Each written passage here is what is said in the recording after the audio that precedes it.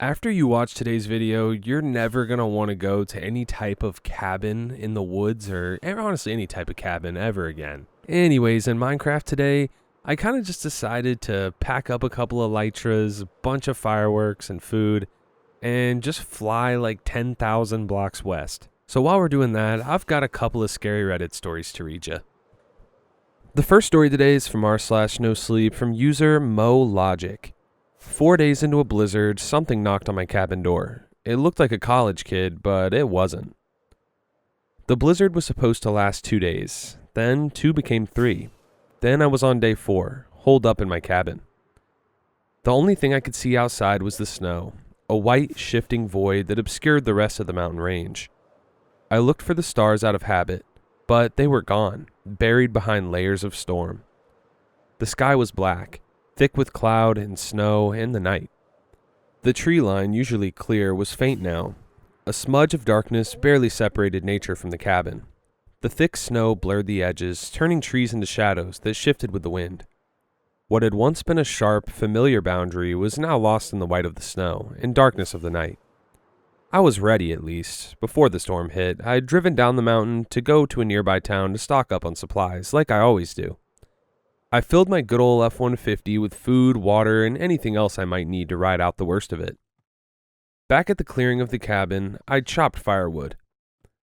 I've already got enough stacked up to last through a second ice age, but it gives me something to do. Something to break up the quiet.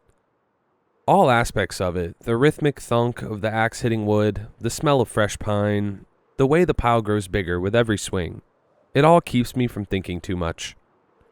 I don't get visitors. That's not me being dramatic, it's just fact. The nearest neighbor is a 40-minute drive down the mountain, and that's when the roads are clear. Which they're not, haven't been for days. That's why when I heard a knock, I damn near dropped the mug of cocoa I was holding. It wasn't loud, just 2 slow, deliberate raps on the door, then nothing. I stood there in the kitchen for a few seconds, just listening, waiting to hear it again. The storm was still going strong outside, but underneath the wind, the silence settled again like a blanket. Neither a knock or a voice calling out followed. I figured I imagined it. Cabin fever and all that. Wouldn't be the first time. But I walked to the door anyway. Something in me wouldn't let it go. Could have been curiosity, or maybe I was just so goddamn starved for company that I wanted there to be someone out there. I opened the door, and there he was. A kid in his early 20s, maybe. He could have passed for a college student if he wasn't half frozen. His face was pale as paper, lips blue, eyes wide and glassy like he wasn't all there.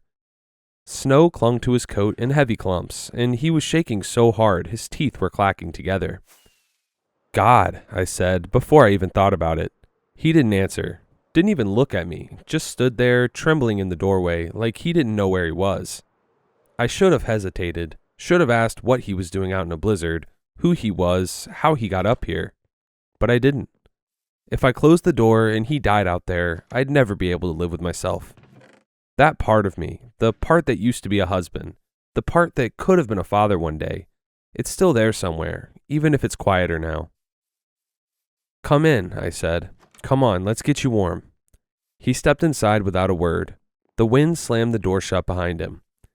He left a trail of melting snow behind him as I led him to the fire. His boots were soaked through. I had him sit on the old armchair by the hearth while I threw a couple logs on and got the flames high. I asked if he was hurt. He didn't answer. "Can you talk?" I tried again. "Tell me your name." Still nothing. Just that 1,000-yard stare, like he was looking through the fire, past it, like he saw something there I couldn't. He looked like hell, skin pale and tight over the bone, lips cracked, nose bleeding just a little from the cold. I knelt down beside him to check for frostbite, and that's when I saw it. On his side, just below the ribs, his jacket torn and shirt soaked with blood, was a wound, a deep bite. Ragged, raw, and already turning dark around the edges. It wasn't new. A day old maybe, or more. The skin around it was red and hot. "You didn't say you were bit," I muttered, more to myself than to him. He flinched when I touched it. First reaction I'd gotten out of him. His eyes snapped to mine, wild, just for a second. Then they went vacant again.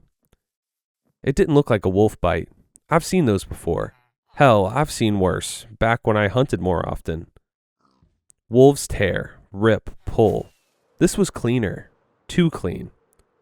I patched it up as best I could, cleaned it, wrapped gauze tight around his ribs.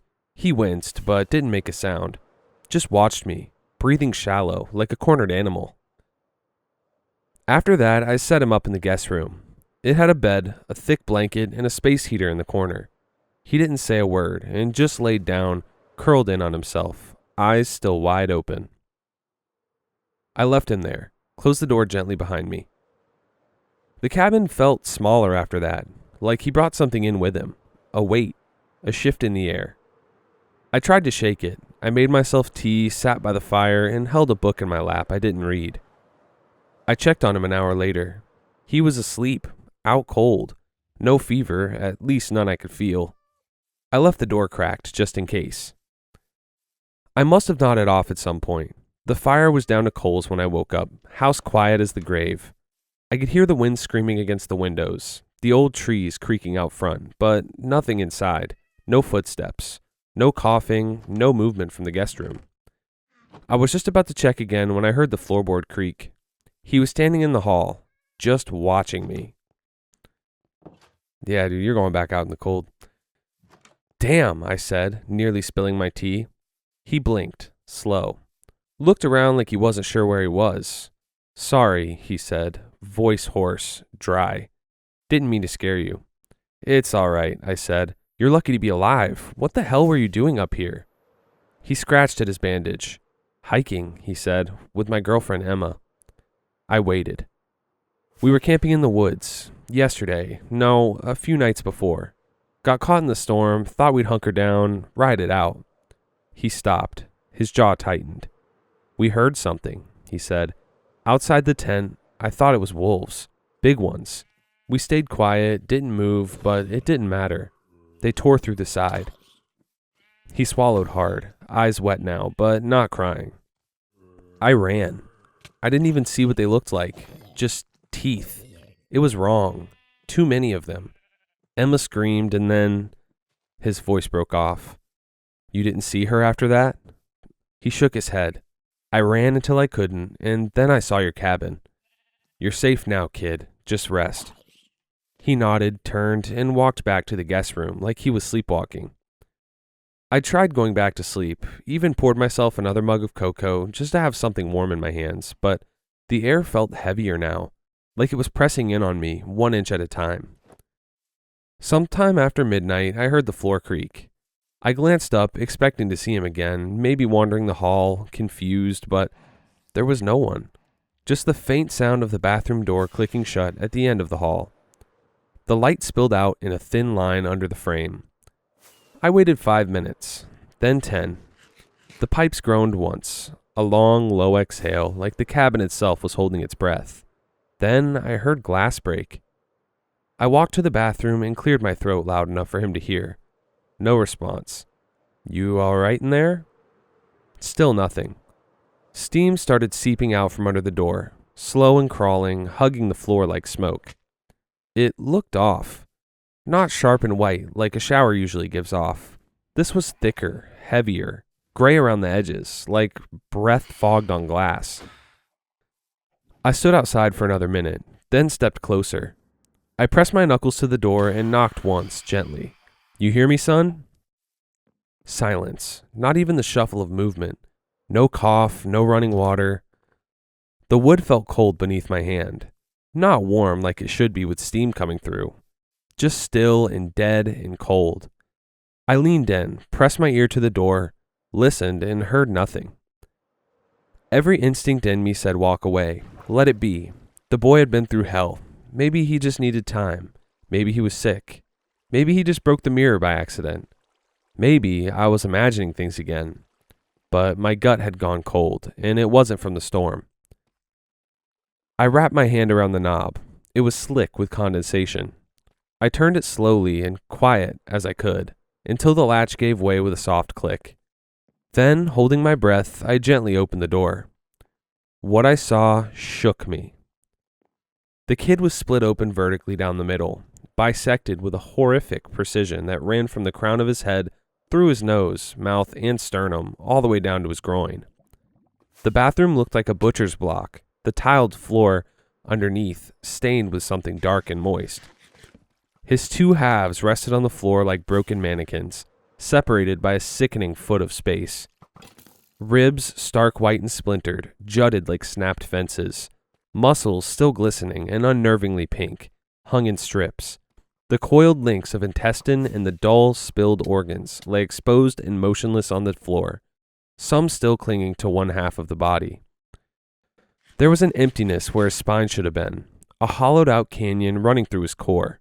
It was as if something massive had forced its way out from the inside. The precision of the split through the bone and gristle was alien, wrong. Then, through the haze of shock, a draft hit me. A bone-deep cold that had nothing to do with the storm outside. My eyes, still wide and unfocused, slowly tracked it. The small bathroom window, usually sealed tight against the mountain air, was shattered. Not just cracked, but exploded outward, as if something had exited through it. Jagged shards of glass glittered on the sill and floor. The fierce wind howled through the gap, bringing with it a stinging spray of snow. And from the half of the young man's body that was closer to a window, a trail began.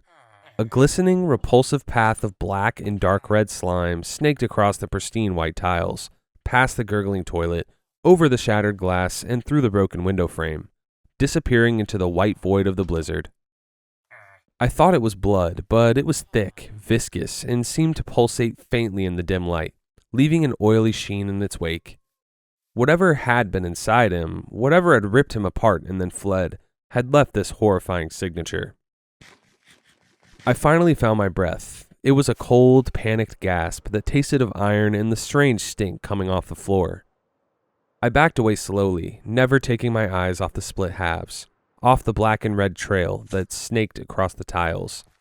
Every instinct screamed for me to run. Not down the mountain, I'd never make it, but away from this room at least.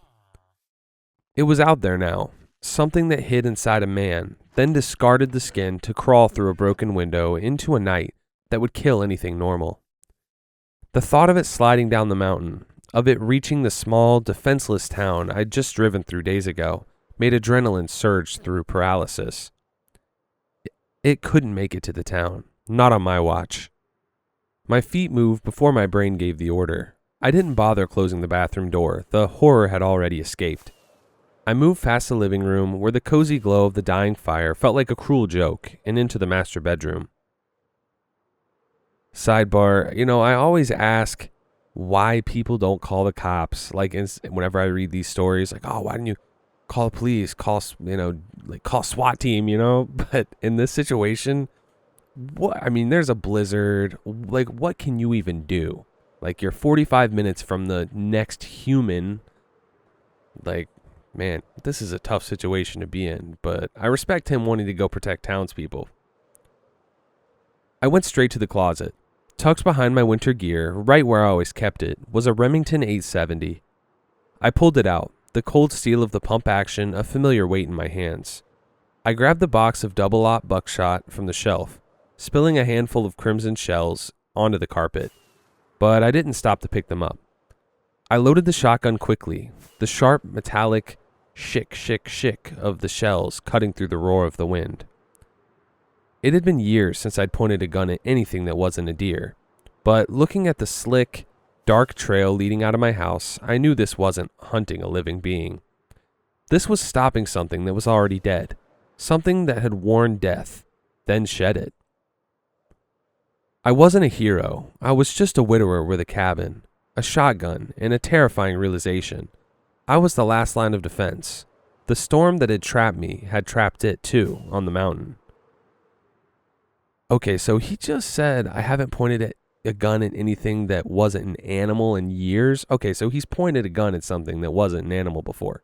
Interesting. I held the shotgun steady, my knuckles white. The wind howled outside, the trees creaked. I checked the hall one last time, glanced at the horror show of the bathroom, then moved toward the front door. There was no plan. There was only the gun in my hands, worry in my heart, and the knowledge that something sinister was crawling through the snow towards civilization. I flipped the deadbolt and hit the door with my shoulder. The wind was a physical blow, a sudden, blinding white sheet that stole my breath and stung my eyes. The roar of the storm swallowed the world around. It was a complete whiteout. My eyes searched frantically for the trail. The front porch was already buried under a fresh drift, but I knelt down, shielding my face against the immediate sting of the snow. There it was, still outside the bathroom window on the other side of the perimeter.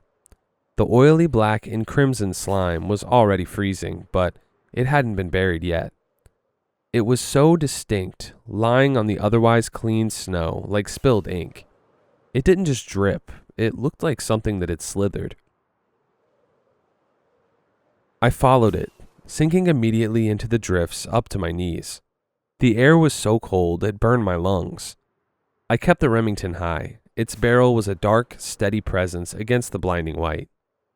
The trail, growing in width as I followed it, led past the woodpile and headed directly for the tree line. The trees themselves were black specters against the night, swaying and groaning under the weight of the snow. I fought against the resistance of the deep snow, pushing myself faster, driven by the metallic reek of the slime that, even in the freezing air, seemed to linger.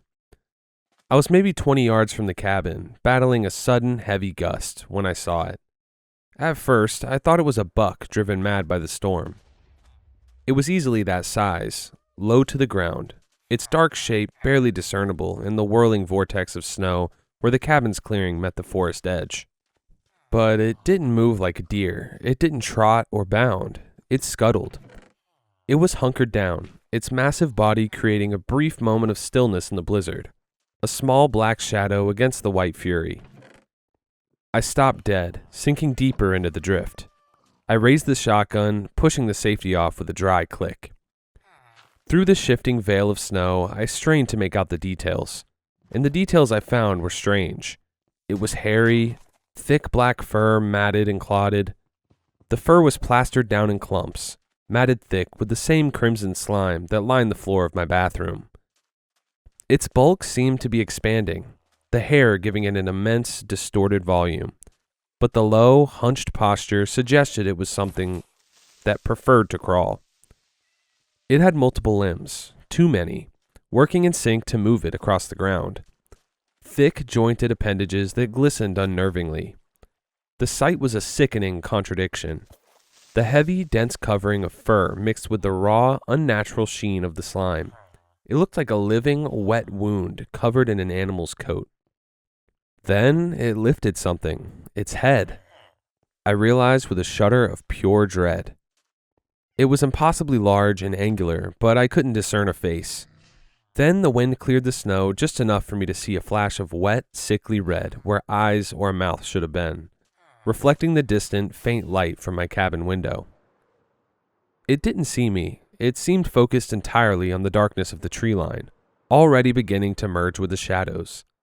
It was moving, still low and fast, dragging its huge, repulsive body away from the cabin and toward the mountain pass that led to town. I gripped the shotgun, ignoring the trembling of my own body. The blizzard made the shot difficult, but the distance was short. If I let it reach the shelter of trees, it would be gone. I took the slack out of the trigger. There was no hesitation left in me, just the immediate, primal need to stop this monstrosity before it vanished. I squeezed the trigger. The sound of the Remington going off was deafening, a violent boom that shattered the stillness of the storm. The flash of the muzzle momentarily burned the image of the creature into my retina. I felt the powerful kick of the shotgun against my shoulder, and a split second later, the buckshot slammed into the creature's massive torso. It didn't go down. Instead, the thing let out a sound that cut right through the howling wind, a screaming wail that was entirely inorganic, like tearing metal on a wet, ripping canvas. It was a noise of pain, but also of inhuman rage, and it sent a spike of pure terror through my chest. The section of its body where the shot hit seemed to absorb the impact, scattering a spray of the thick, dark slime and a few clumps of matted hair into the air. It scrambled. The monstrous body, for all its bulk, moved with terrifying speed, abandoning the relatively clear ground and lunging into the dense black of the tree line. I pumped the action, ejecting the spent shell and loading a fresh round. I didn't wait to see if it was mortally wounded. I just knew I had to keep it moving, keep it from burrowing down or reaching the pass. I plunged into the forest after it, following the fresh, dark disturbance in the snow. The trees offered a brief, deceptive shield from the worst of the wind, but the snow was deeper here, making every step a labor. I focused only on the trail, the churned snow, the scattered slime, the deep, heavy indentations of its multiple limbs. I ran until my lungs burned, until the cold made the skin on my face ache, until the sounds of its desperate, laborious breathing were drowned out by my own. Then I stopped. The trail vanished. One moment I was following a distinct line of destruction, the next the snow was pristine, only marked by my own clumsy boot prints. I moved forward a few more steps, scanning the blizzard-shrouded ground, wondering if the heavy snow had worked against me and buried the signs. But no, the trail hadn't suddenly faded. It had ended completely, as if the creature had simply dissolved into thin air. I rotated slowly, the shotgun trembling slightly in my grip, my eyes uselessly searching the area around me. My breath hitched.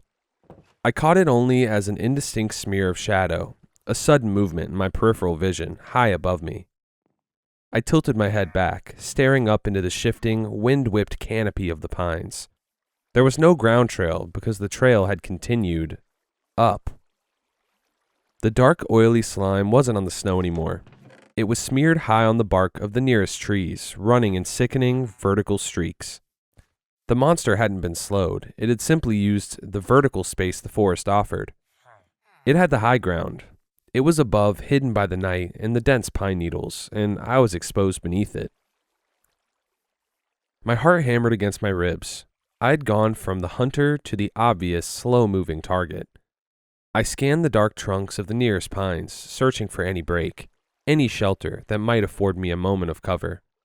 About 10 feet away, a massive ancient pine had been partially uprooted long ago. Its gnarled root system exposed, the dirt and thick, woody roots had formed a dark, protective cave against the elements. I dove toward it, dropping to my hands and knees in the snow. I wedged myself into the space beneath the largest root, pulling the shotgun close to my chest. My back pressed against the cold, frozen earth. I held perfectly still, straining my ears against the wind, forcing myself to shrink into the shadows and the earth. It was silent again, save for the storm. The vast black space between the high branches and the low earth was not where the true danger lay. I looked up through an opening in the uplifted roots, seeing only the tangled darkness. I waited for a drop of slime, a tremor of a branch, or the silent, horrifying moment when that massive, hairy, glistening shape would descend. I stayed perfectly still, trying to slow the panicked rush of my breath. The silence, punctuated only by the wind, was unbearable. The creature was somewhere above, hunting for the man that had just fired the loud, disruptive weapon. Then the snow began to sift down, not from the storm, but from the branches above. Chunks fell, followed by a sudden, heavy thud just yards away. It had dropped. The creature was on the ground again, but now it wasn't scrambling away. It was waddling. A fast, deliberate, low-to-the-earth movement, like a massive, glistening insect trying to appear harmless. Its bulk seemed even more immense now that it was no longer distorted by the heights, and I could hear the wet, squelching sound of its many appendages on the snow. It moved slowly into the small clearing around my hiding spot. I was pressed so tightly against the frozen roots that the wood dug painfully into my spine, but I didn't dare flinch. I had already positioned the Remington. My shooting hand gripped the trigger, the barrel angled slightly up and out toward the opening of the root cave, resting against the snow-covered ground. The creature's movement was erratic, darting toward the tree line one moment, then pulling back. Why hasn't it found me? Then I realized it wasn't looking for me. Its massive, misshapen head was constantly sniffing the air, lifting and twisting with jerky movements. The air was thick with howling blizzard and the scent of damp pine and frozen earth. The storm was masking my scent. The wind and the heavy blowing snow were scattering and nullifying my presence, covering the fresh trace of gunpowder and adrenaline. I was lucky. The storm had become my unintentional ally. After a few minutes, the sniffing paid off. The waddling ceased, and its massive, slimy, hairy form turned directly toward my root cave. It approached the gap between the thick roots, filling the dark space with its bulk. It was so close I could feel the minute vibrations of its weight, disturbing the ground. And then its head lowered. The snow cleared just long enough for me to see the details I hadn't been able to discern in the blizzard. Its head was roughly the size of a buck or moose skull, but hideously wrong. The bone structure was too broad, too blunt. It had no discernible eyes, just wide swaths of slick, wet flesh, the color of old blood. It wasn't just fur that covered it. Its thick, dark hair was matted with the slime, forming a repulsive, heavy mane. Interspersed within this mane was a horrifying number of short, glistening, leech-like appendages that writhed slowly in the cold air, tasting and searching. Then it was inches from my face. I could smell the metallic stench of the black slime mixed with the sour, coppery odor of raw meat. I was looking into the mouth of the nightmare that had walked out of a man. One of the slick, worm-like appendages darted out, brushing against the tip of my nose. In that instant, I knew. The thing recoiled slightly, its large, blunt head drawing back, the wet flesh of its face tightening into an expression of immediate, primal recognition. The meal was found. The obstacle identified. It was about to strike. I didn't let it. I drove the barrel of the Remington up and sideways, the muzzle nearly touching the side of its monstrous head. The blast was muffled and wet, an awful, contained thunder. The buckshot tore into the creature's skull from below, and the thing erupted. A horrifying geyser of black slime, wet fur, and bone fragments sprayed into the roots above me. The creature shuddered once, a massive muscular tremor, before its great weight collapsed. It didn't fall on me, thankfully, but it landed directly outside my hiding spot, its massive body completely blocking the entrance. I lowered the shotgun, the noise of the ringing in my ears louder than the wind. I was trapped beneath a mountain of steaming, reeking horror. The ringing in my ears faded slowly, replaced by the sickening sound of hot, wet matter sizzling on the frozen snow.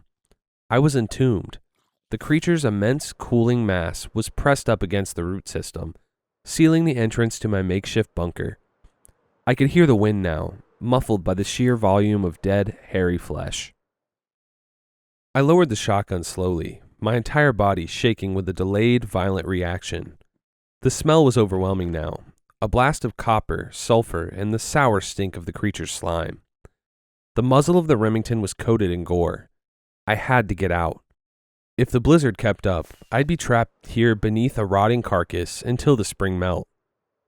I shoved the shotgun's barrel against the creature's flank, testing the weight. No movement. It was like pushing a felled, waterlogged oak tree.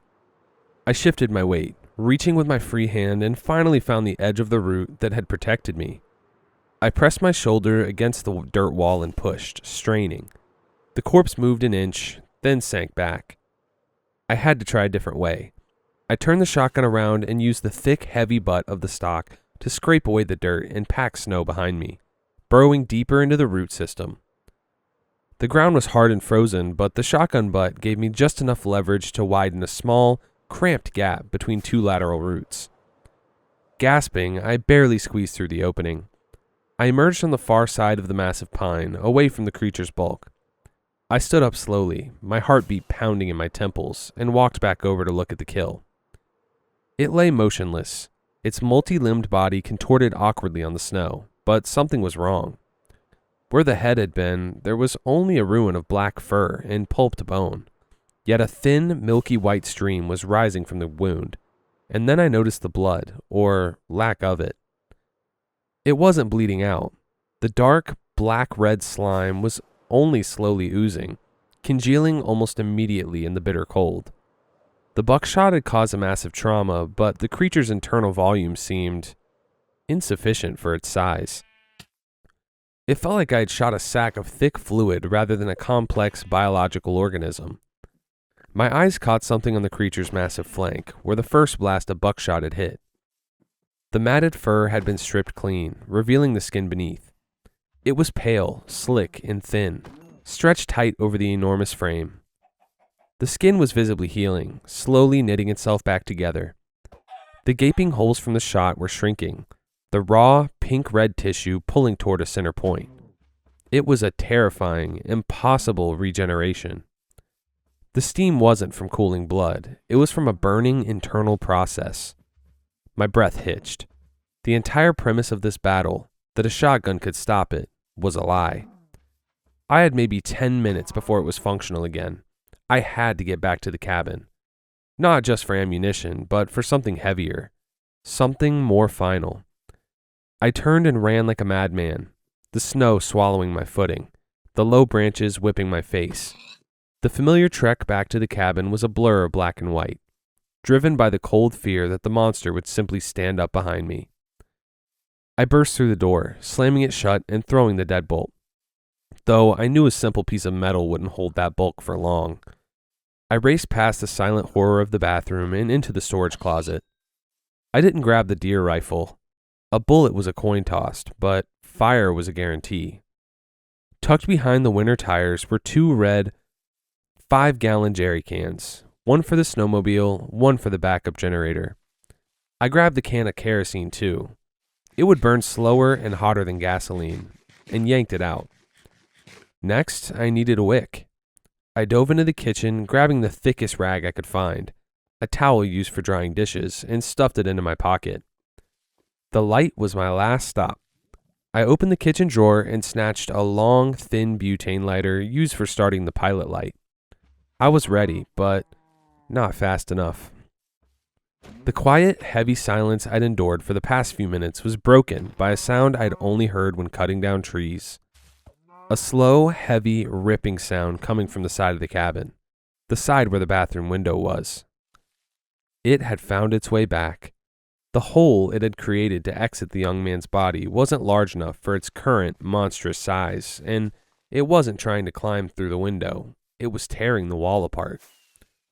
I could hear the sickening crunch of frozen pine breaking and the sound of thick wood snapping. I had assumed it was fully healed, or close enough to it. The storm, which had given me cover, now threatened to bury me inside my own cabin if I wasn't careful. I had to take the fire to the monster. I yanked the front door open, the kerosene can heavy and cold in my hand, and plunged back out into the blizzard. The creature wasn't at the door. I rounded the corner of the cabin, the heavy kerosene sloshing, and saw the damage. A huge section of the wall near the bathroom was ruined, wood splintered and insulation streaming out like cotton guts. The creature was there, its massive, steaming head pulled back from the shredded wall. It saw me instantly.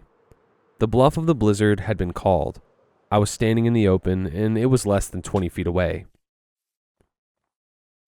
It began its repulsive, slow waddle toward me. Its limbs churned the snow. The black slime glistened. Its regenerating head tilted low.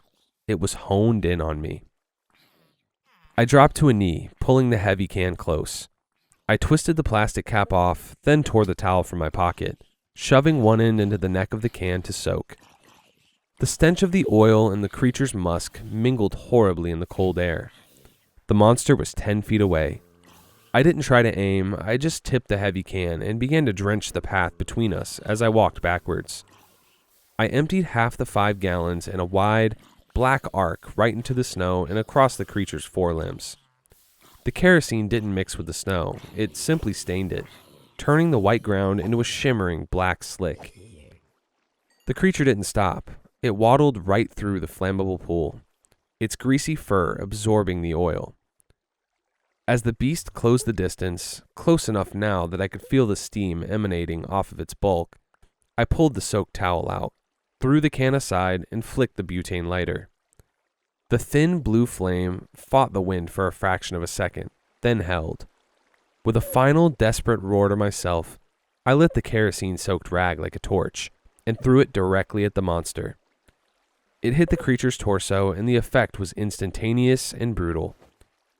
The oil-soaked fur and the slick, saturated snow trail ignited with a violent whoosh. The flames were furious, a shocking blast of orange and red against the white snow. The creature was engulfed in a terrible, screaming pillar of fire. The kerosene and the creature's own slick, greasy essence fed the flames instantly, making them burn with a blinding hot intensity. The monster shrieked, a sound of agony and pure animal terror, and began to thrash violently in the fire. It wasn't waddling anymore. It was rolling in the snow, trying to beat out the inferno. Fortunately for me, the flame stuck to its oiled coat like glue. It was a chaotic, burning silhouette against the backdrop of the swirling blizzard. The thick black smoke was lost immediately in the swirling white. I backed away. The heat of the fire was a shocking contrast to the bitter cold. I watched the creature convulse, unable to stop the burning, unable to heal what was being systematically destroyed. The smell of burning hair, oil, and something metallic sweet was nauseating. Finally, after a minute that felt like an hour, the thrashing stopped. The creature lay still, a massive charred monument to my desperate resolve. The fire still raged, but the movement was gone. I leaned against the icy wood of the cabin, the shotgun forgotten at my feet. The flames were already starting to melt a ring of snow around the body, but the blizzard continued to rage. The intense heat from the burning carcass was already beginning to recede, fighting a losing battle against the continuous onslaught of the blizzard. I stood for a moment, letting the sheer exhaustion wash over me, before the pragmatism and determination of the mountain man kicked in. The fire was dying, and what was left of this thing couldn't be allowed to heal, or even to rot here. I grabbed the heavy kerosene can and emptied the last of its contents onto the smoldering pile, coaxing the flames back into a furious, consuming roar. I moved the equipment aside, then returned to the blazing carcass with my axe. It took a sickening 15 minutes of hacking and separating what little was left of the creature's bulk. I dragged the black, escaping chunks through the snow and tossed them back into the heart of the blaze. The air was thick with the stench of oil and the sweet, terrible smell of burning meat. I was purging the mountain of this evil. When I was done, only a patch of melted snow and a few glowing embers remained. I stood over the pyre, the axe handle cold in my numb hands, watching the last of the embers fade into the furious white. I turned, intending to head back inside, lock the doors, and face the grim reality of the split body in the bathroom. That's when I heard it. It wasn't the wind, and it wasn't the groan of a tree. It was a faint, wet, screaming wail, identical to the sound the creature had made when the buckshot first hit. The sound of ripping canvas and tearing metal. It came from the same direction as the first time, from the depths of the tree line, from where the young man had come. I spun around, bringing the axe up like a shield, searching the blinding, swirling storm. My mind immediately went to the rifle, the thing I had left behind in the house in my haste. I had nothing but a bloody, snow-covered axe and a dead fire. The wail came again, closer this time, high-pitched and choked. I took a step backward, preparing to fight, when a memory finally pierced the fog of panic. The young man's vacant eyes, the young man's vacant story. Hiking with my girlfriend, Emma. Damn. Dude, not just the girlfriend. In the beginning of the story, didn't he say, like, there was more than one of them that, like, ripped through their tent? You know, I don't understand how people can make the conscious decision to go live in a cabin in the woods when so many terrifying stories start out with, yeah, I live in a cabin in the woods. Like, this stuff's going to happen to you, man. It's less often that you hear of, you know, this creature came to my house in the suburbs. The next story is from r/scary stories from user CJ Granger. My son's imaginary friend is dead. The smell of freshly brewed coffee was strong in the air as I descended the stairs. I stretched languidly when I reached the bottom, my body still trying to wake up after a long, good night's sleep. "Good morning, all," I announced as I made my way into the kitchen. I gave my wife, Claire, a quick peck as I passed by the stove. "Dad," my son squealed, hopping out of his chair and rushing over. That never got old. Luke was 4 and a firecracker. I lifted the boy up off his feet and swung him around, much to the chagrin of his mother, who was trying to get him to settle down long enough to eat his Cheerios. Noticing Claire's harried expression, I quickly dropped Luke back into his little chair to finish his breakfast. "How'd you sleep, little man?" "Fine. Reggie came to see me last night." "Ah, yes. How is fine Reginald doing these days?" I asked with mock seriousness. "His name is Reggie, Dad, not Reginald," Luke said, drawing out the last syllable as if the name Reginald was an absolutely absurd moniker. "Apologies. How is Reggie doing?" I responded, enunciating the name. My wife shot me a dark look. I knew I shouldn't encourage this new imaginary friend my son had concocted. Claire certainly did not approve, but I honestly couldn't see the harm in it. He was 4 after all. What 4-year-old hasn't had an imaginary friend? And as we had just moved into a new home in a village, I think it's his way of coping with being in a strange place and settling in. The move to Castlewood was somewhat unexpected. My job had offered the chance of a transfer along with a sizable promotion. It was too good of a deal to pass up. The drawback was, of course, that the abrupt change had left very little time for my child and wife to acclimate to our new surroundings. "He's okay," Luke said. I glanced up at Luke. "Just okay? That's too bad. What did old Reggie have to say?" "Nothing much," Luke said, slurping milk from his spoon. "Just stuff." "Just stuff," I parroted. "Yeah, he said he doesn't like you." I feigned distress. "No, Reggie, you wound me." I tickled Luke lightly, which resulted in a round of giggles. "Well, perhaps I can meet Reggie officially at your birthday party next weekend, and he'll realize I'm not such a bad guy." My son laughed brightly and responded nonchalantly, "That's silly, Dad. Reggie can't come. He's dead." "What?" I heard the spatula my wife was holding clatter onto the stove. We both locked eyes. I paused for a beat before responding. "You say Reggie is dead?" I finally asked, looking back to my son. "Sure, he's been dead for a long time," my son responded, before spooning another mouthful of Cheerios into his mouth. "Mom, can I go play out in the garden now? I've finished almost a whole bowl." Claire looked slightly distracted before she nodded slightly to Luke. "Yes, but make sure to bring your bowl to the sink first." "Yes, Mom," Luke shouted, already running his half-full bowl of cereal to the sink. He dashed out into the back garden without a second look back. I stared at his retreating figure. "What do you think that was all about?" I asked my wife. "I don't know. Quite creepy, don't you think?" she responded. "Quite.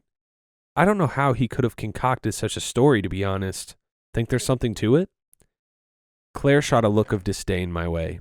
"Are you asking me if there's a ghost haunting our house and he visits our son at night? Really, John?" "What? You don't believe in ghosts?" "Of course not. It's a load of crap. Please don't tell me you actually believe in that nonsense." "I don't know," I said with a look of contemplation. "I think there's a lot in the universe that we don't understand. Who's to say there's not something after death?" She turned back to my eggs she was still cooking. "That's ridiculous, John. Anyway, as you said before many times, it's just a harmless imaginary friend, right?" She looked back over her shoulder at me.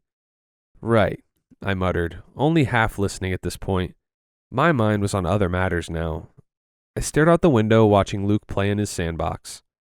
Maybe I should stay in Luke's room tonight. You know, check it out. Make sure there's not some weirdo sneaking into our son's room at night. Really? Don't you think that's a little overkill? What could it hurt? It's a Friday night. Mom would be happy to keep him for a sleepover. They can binge watch Paw Patrol while she gorges him on popcorn and sugar cookies, and you can get a night to relax in the tub with a glass of wine and a good book. She tried to look annoyed, but I could tell she was intrigued by the idea. "This is ridiculous, you know," she says half-heartedly. "Come on, you know a good soak and a night to yourself sounds pretty damn good." She rolls her eyes. I knew I'd won. "Whatever, but if your mom is busy, it's off." Just as I had predicted, Mom was pleased as punch to take Luke for the night. She picked him up early that evening, and Claire and I enjoyed a lovely night of carry-out pizza and cheap wine. I sent her off to have her bubble bath while I watched some goofy alien show on the History Channel. By 11 o'clock, I found myself getting sleepy and ready to turn in. After changing into my PJs and brushing my teeth, I announced to my wife that I was off to commune with the dead in my hokiest spooky voice. She was already in bed and engrossed in a paperback. Have fun, she muttered distractedly, blowing me a kiss. I left the warmth of our bedroom and shuffled down the hall into Luke's room. I flipped on the overhead light and looked around. The pale blue walls sported a large clown mural, which stared back at me with a large toothy grin. Geez, it sounds like nightmare fuel. Giant clown on the wall. I shuddered. Why, oh why, did my wife decide on a carnival theme for his new room? There was nothing creepier than a clown, hands down. I walked over to Luke's tiny bed with his striped blue comforter. My feet would hang off the end, but I would survive. I crawled into bed and shut off the lamp that was shaped like an elephant. Darkness enveloped the room, save for a small night light in the corner shaped like a big top. The soft red light gave the clown a hellish glow. How had I not noticed how freaking creepy this room could be at night? Turning away from the creepy-ass clown, I lay down and try my best to slow my breathing and relax. I woke abruptly from a deep sleep to the sound of creaking. I had a moment of confusion as I tried to recognize my unfamiliar surroundings. Right, Luke's room. I rubbed the sleep out of my eyes and looked around, trying to locate the source of the noise. The closet door in the far right corner was ajar. Hadn't it been closed when I went to sleep? Luke's tiny backpack swung slightly from where it hung on the doorknob. "Hello?" I tentatively whispered. "Is anyone there?" Silence. I turned to my right and my gaze landed on the clown. I really needed to talk to Claire about that. The nightlight still gave off that creepy red glow, making the room appear almost disorienting. I looked around the room, noting the pile of stuffed animals in the corner and the bookcase by the door. "You're not Luke." My gaze whipped back over to the closet. The voice was so quiet, I couldn't even be sure I had heard it. "Who's there?" I whispered to the closet. Again, silence met my query. I rubbed my eyes. This was ridiculous. What was I even doing in here? I was working myself up over nothing. I was a grown-ass man sleeping in a tiny bed next to arguably the creepiest clown in the universe. I threw the covers back and was about to swing my legs over the side of the bed when I heard it again. "You're not Luke." I froze in place. There was no denying it this time. I had heard a voice coming from the closet. Slowly, as if I didn't really want to see, I dragged my gaze toward the dark closet in the corner. From the red glow of the nightlight, I saw a tiny, pale face. Only the top half of the face was visible. Large, dark orbs for eyes, a grayish-white forehead, and a matting of dark hair. The face stared at me from high up in the closet, like it was some obscenely tall child standing just behind the wall. What the hell? "Who are you?" I stammered. The face remained still. I realized the eyes had not yet blinked. "Are you Reggie?" I asked. At the sound of the name, the face abruptly disappeared, and I heard a scrabbling noise come from the closet. "Where is Luke?" The voice was louder and coarser this time, with Luke's name coming out gravelly and angry from the child. "He's not here," I said, glad to hear my voice steady this time. "What do you want?" There was silence for several seconds. Finally, the voice spoke, softer this time. "Want Luke." I was shocked into silence for a few beats. "You can't have Luke." I raised my voice defensively. The room suddenly grew cold and the air crackled. The hairs on the back of my neck stood up. Before I could say anything in response, I spotted movement at the floor of the closet. The white face was back, and I could see it more clearly from this vantage. It was the face of a child, but corrupted. This was not a child. The skin was sickly and thin. The eyes were sunken, almost desiccated. Dark circles surrounded the black eyes.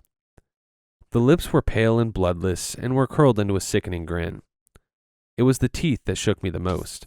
They were extremely small, thin, and jagged, as if each tooth had been broken intentionally to create this horrific and serrated maw. The chin rested directly on the floor, and the face looked directly at me with an anger such as I had never seen on the face of a child. It was a face of pure and utter rage. The face stared for a few seconds, before the child creature began to move. No, not move, slithered, with its limbs tight by its body.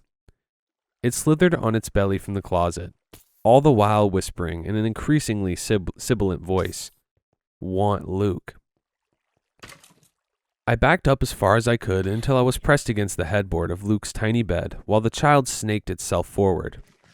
Soon, the head and shoulders were no longer visible. I soon lost sight of its pointed white feet as it continued to glide lithely forward. The child was under the bed. I gripped the small mattress with both hands, not knowing what to do. My heart rate was through the roof, and beads of sweat had welled up on my forehead. The mattress jolted as the creature underneath grabbed onto the springs from below as if it were some deranged bat. The springs of the tiny mattress groaned from the extra weight. Slowly, I could feel the movement of the creature as it moved one hand, and then the other, until I could finally see tiny, jagged fingernails appear on the side of the bed. I've never understood the term paralyzed with fright. I always imagined that, faced with a raging monster or an axe murderer, I could easily find the willpower to get my ass in gear and move. But in this moment, the ability to move had absolutely abandoned me, and I was forced to watch in silent horror as the tiny dead hand was joined by another. I shut my eyes tight together, unwilling to have that horrible impersonation of a child burned into my retinas, and it was then that I heard it. "John? John, come back to bed. This is ridiculous." The lights clicked on as I finally regained the use of my muscles to turn my head and open my eyes. The visage of my wife came into view. "John, are you okay?" I stared at her for a beat before I whipped back around to the side of the bed where the hands had grasped the mattress only moments before. Nothing. I released the breath I hadn't even realized I was holding. "I'm fine," I croaked, "all fine." She looked towards where I had been staring. Not seeing anything, she continued. "Come back to bed. I can't sleep without you. It gives me the creeps sleeping alone."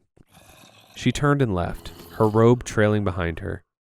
I waited for a full minute, listening intently for any sound. All was quiet. Hesitantly, I lowered one foot and then the other to the floor. As I stood up, I fully expected to see a tiny, ragged hand reaching from below the darkness of the bed to grasp my ankle, but none came. I couldn't bring myself to look under the bed.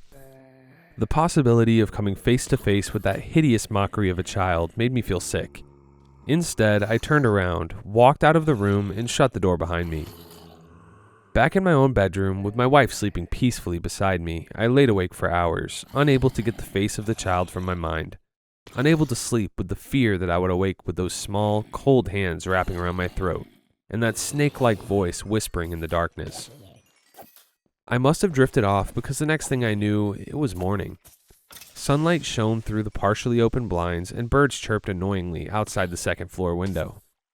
I rubbed the sleep from my eyes as I contemplated the prior evening. I could not let Luke stay in that room again. Not with that thing in there. No, I had to do something. I had to protect my son. I grabbed my laptop from where it lay, gathering dust under my nightstand. The damn thing took what felt like hours to load. When I was finally able to get the dinosaur up and running, I loaded up my web browser and began my search. How to get rid of ghosts. The cursor blinked rapidly as if mocking me. I quickly backspaced and typed DIY exorcism. Okay, that was worse. Cleansing spirits from your house. That was better. I hit enter. The results were mixed, as was to be expected, but I finally found a few websites that gave me the information I needed. A few hours later, I had a plan, and I had a name. Reginald Ward. The little shit was named Reginald after all. It appears that unbeknownst to me or my wife, our home had been the scene of a tragic death of an 8-year-old boy in 1907.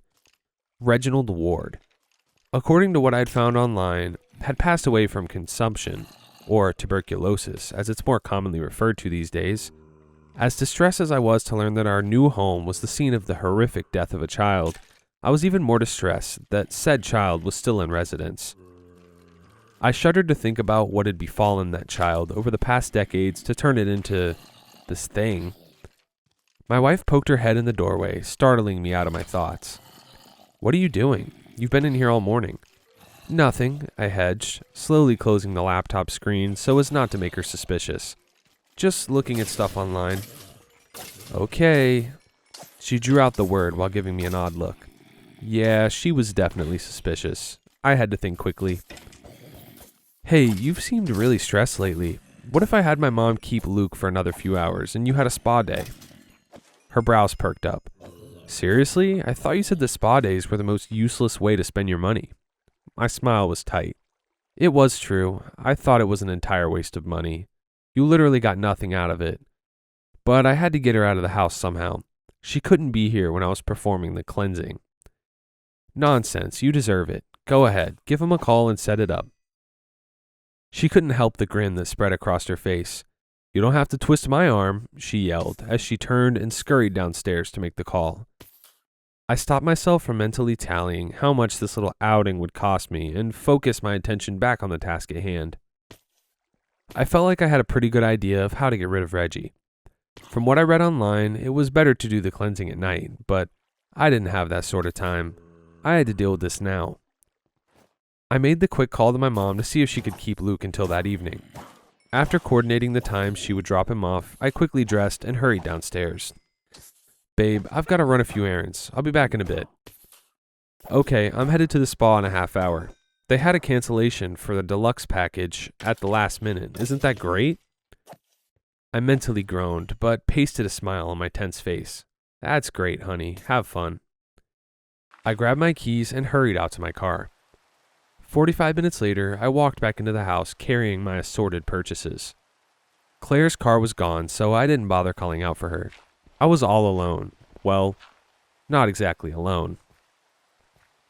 I carried my purchases upstairs and opened the door to Luke's room. The red curtains were drawn and the room seemed just as creepy as the night before. The day had turned rainy and dreary, so what little light came through the curtains gave the room that same dim glow as the previous night. I shuddered. Shutting the door, I emptied the bag of items on the floor. I paused to take stock of my haul. A small, wrapped bundle of sticks I was told was called a sage smudging wand, an abalone shell, a large feather, a container of coarse salt, and a Bible. I pulled up my phone and found the article I had been referencing earlier. I quickly reread the instructions through just to be sure I had everything correct. I first grabbed the salt and sprinkled a line across the bedroom door. This was supposedly to prevent the spirit from going into another part of the house during the cleansing. I didn't know if this would do shit, but I wasn't taking any chances. Next, I placed the abalone shell on top of the Bible. The Bible wasn't specifically in the instructions, but I figured it certainly couldn't hurt. Again, I was taking no chances. I walked over to the window and pulled back the red curtain. The rain was really coming down now. I opened the window slightly. The purpose of this, I had learned during my hurried research, was to give the spirit a pathway to leave the house. I didn't want to get rainwater all over my son's bedroom floor, so I only opened it a smidge. That should hopefully be enough, though. I pulled out a small lighter from my pocket and flicked it on. The small flame wavered in the semi-darkness of the small room. I picked up the smudge wand and lit the end. Red embers glowed as the stick caught fire. I quickly blew the open flame out. But the end of the smudge wand continued to slowly smolder, the red embers causing a fragrant, earthly smoke to emit from the end. I quickly dropped the smoldering stick into the abalone shell and picked it up along with the Bible. With my other hand, I grabbed the large feather. I was ready.